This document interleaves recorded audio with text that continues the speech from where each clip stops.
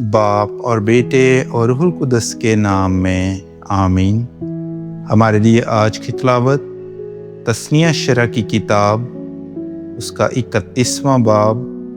اور اس کی پہلی آیت سے لے کر 8ویں آیت تک۔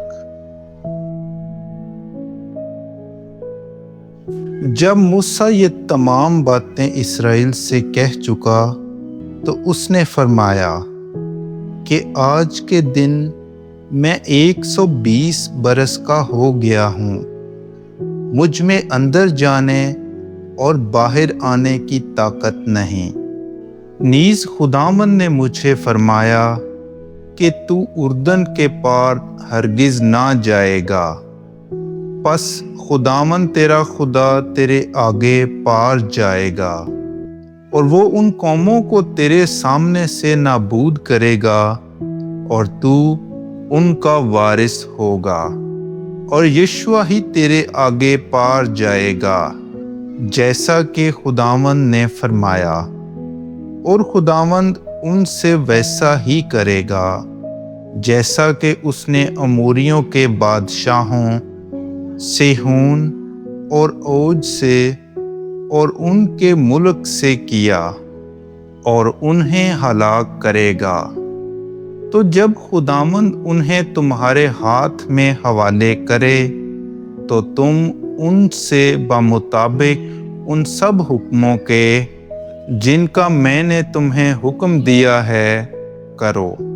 پس تم مضبوط ہو جاؤ اور حوصلہ رکھو، اور خوف نہ کرو اور ان کے سامنے سے مت ڈرو، کیونکہ خداوند تمہارا خدا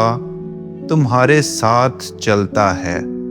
وہ تمہیں چھوڑ نہ دے گا